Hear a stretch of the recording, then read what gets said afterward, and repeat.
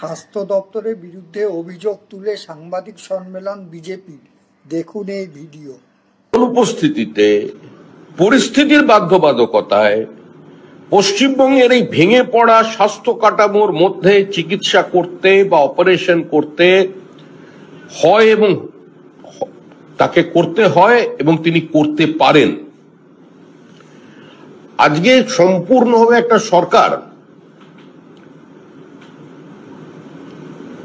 যারা আরজিকর কাণ্ড থেকে কোনো শিক্ষা নিতে পারেনি এবং আরজিকর ঘটনার সঙ্গে সঙ্গেই চিকিৎসক মহল, স্বাস্থ্যকর্মীরা তাদের যে সার্বিক ব্যর্থতা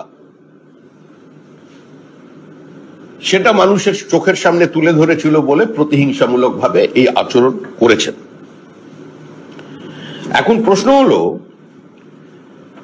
যে 11ই নভেম্বর 2024 যেদিন কর্ণাটকে বিজেপির বিরোধী দল নেতা আর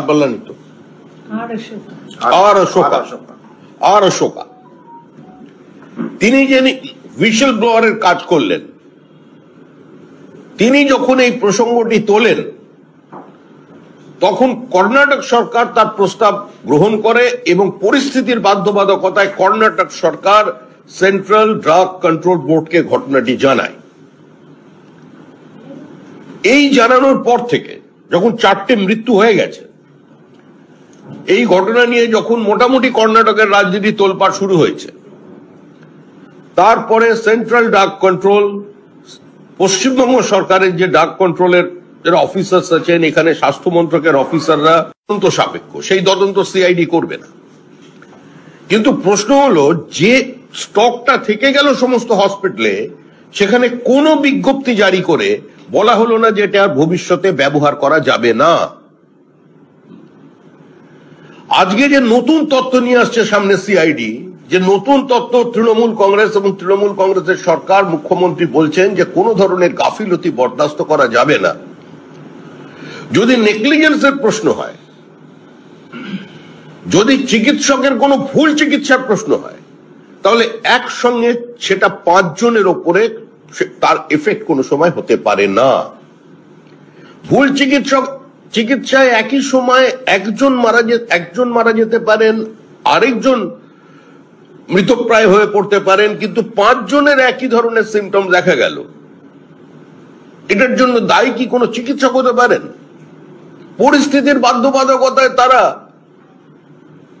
ওই রিঙ্গার ল্যাকটেড স্যালাইনকে তারা ব্যবহার করেছেন, কারণ তাদের কাছে কোনো অন্য অপশন ছিল না। একজন প্রসূতি তিনি মারা গেলেন, তার ক্ষেত্রে খুব একটা বেশি তৎপরতা দেখা গেল না, 4 জনকে গ্রিন করিডোর করে কলকাতায় পৌঁছে দেওয়া হলো। সরকারি হসপিটালগুলো আজকে কি অবস্থায় আছে? মুখ্যমন্ত্রী সুপার স্পেশালিটি হসপিটাল তৈরি করেছেন।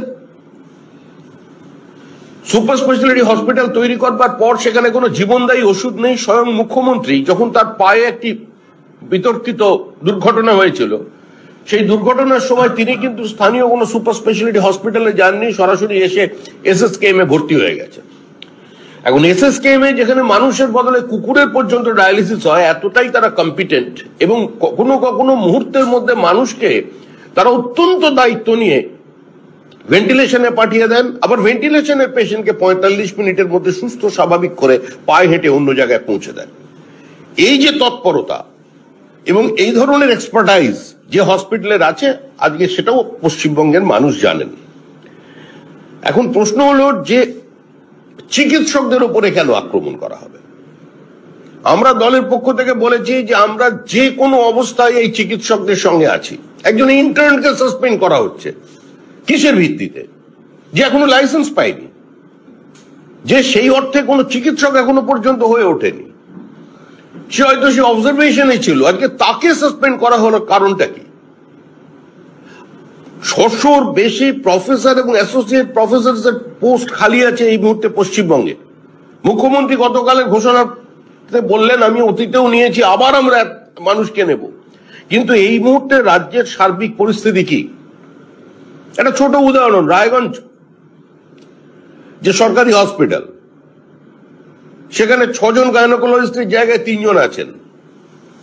আর যারা ছুটিতে চলে যাচ্ছেন তারা তো সমস্ত এই সরকারের পেটোয়া আশীর্বাদ ধন্য চিকিৎসক। কেউ 20 কিলোমিটারের দূরে যাচ্ছে, কি 200 কিলোমিটারের দূরে চলে যাওয়ার মতো ক্ষমতা বা চলে যাওয়ার মতো সাহস এই মুহূর্তে কোনো সাধারণ চিকিৎসকের পক্ষে দেখানো সম্ভব নয়, যদি না ওই নবান্নের আশীর্বাদের হাত তার মাথার উপরে থাকে। তাহলে যারা এই ঘটনার জন্য প্রকৃত দায়ী, স্বাস্থ্য মন্ত্রকের বিরুদ্ধে কি ব্যবস্থা নেওয়া হয়েছে? তদন্ত তো হওয়া উচিত ছিল চিকিৎসকদের বিরুদ্ধে নয়, বা নির্দিষ্ট হসপিটালের ক্ষেত্রে নয়, তদন্ত হওয়া উচিত ছিল সম্পূর্ণভাবে এই স্বাস্থ্য মন্ত্রকের উপরে, স্বাস্থ্য ভবনে তদন্ত হওয়া উচিত। যে যখন দেখা যাচ্ছে যে 9টা রাজ্য এই স্যালাইন ব্যবহারকে সম্পূর্ণ বন্ধ করে দিয়েছে, কর্ণাটকের এই ঘটনার পরে যখন সারা দেশ জুড়ে এটা নিয়ে আলোচনা হয়েছে, প্ল্যান্ট ভিজিট হয়েছে, সরকার বিজ্ঞপ্তি দিয়ে যখন একবার এটাকে প্রোডাকশন বন্ধ করে দিয়েছে, কিন্তু প্রকিউরমেন্ট তার আগে হয়ে থাকলেও সেটাকে কি করে ব্যবহার করাটা বন্ধ কেন করা হয়নি? তো যে দায় সম্পূর্ণভাবেই স্বাস্থ্য মন্ত্রকের, যে দায় সম্পূর্ণভাবেই ড্রাগ কন্ট্রোলের।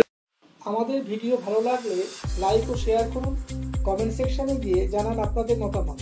আরো ভিডিও পেতে চ্যানেলকে সাবস্ক্রাইব করুন। প্রতি মুহূর্তে খবরের আপডেট পেতে প্রেস করুন বেল আইকন।